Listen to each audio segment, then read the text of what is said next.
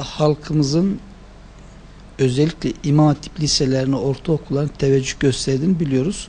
Yani şu an merkezde İmam Hatip Lisesi, bunu Anadolu İmam Hatip Liseleri de dahil toplam 6 okulumuz var. Bu yıl yaptığımız dönüşüm çalışmaları neticesinde Bağlar'da, Kayapınar'da ve Sur ilçelerinde birer İmam Hatip Lisesi daha açıyoruz. Toplam sayı 9'a çıkıyor. Sur ilçesinde Melik Ahmet Lisesi, Melik Ahmet İmam Hatip Lisesi olarak bundan sonraki eğitim öğretmeye devam edecek.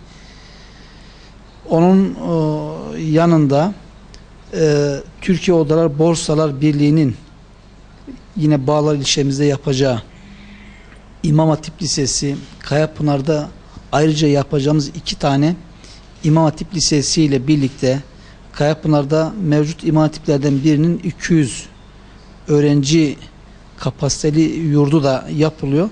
Bütün bunlar yapıldığında halkımızın talebi önemli bir ölçüde karşılanmış olur. Tabii talep çok olursa yeni açılacak ortaöğretim kurumlarından bazılarında İmam Hatip yapma imkanı olur. Tabii bu arz talep meselesine göre bu durum tekrar yeniden değerlendirilir. Fakat 2013-2014 eğitim öğretim yılında il merkezinde toplam 9 tane İmam Hatip Lisesi ile biz eğitim öğretmeye devam edeceğiz.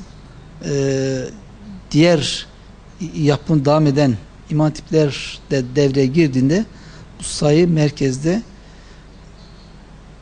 12 bulmuş olacak. Tabii talep olursa bu sayı daha da artar. Şimdi merkeze halihazırda 6 tane İmam Hatip ortaokulumuz var. Bu yıl tekrar komisyonlar toplandı. Bu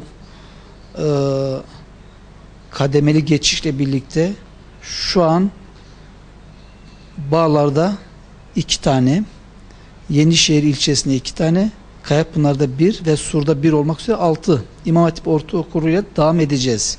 Eğer orada da ciddi manada bir talep olursa, yani önümüzdeki yıllarda tekrar İmam Hatip ortaokulu sayısını artırabiliriz.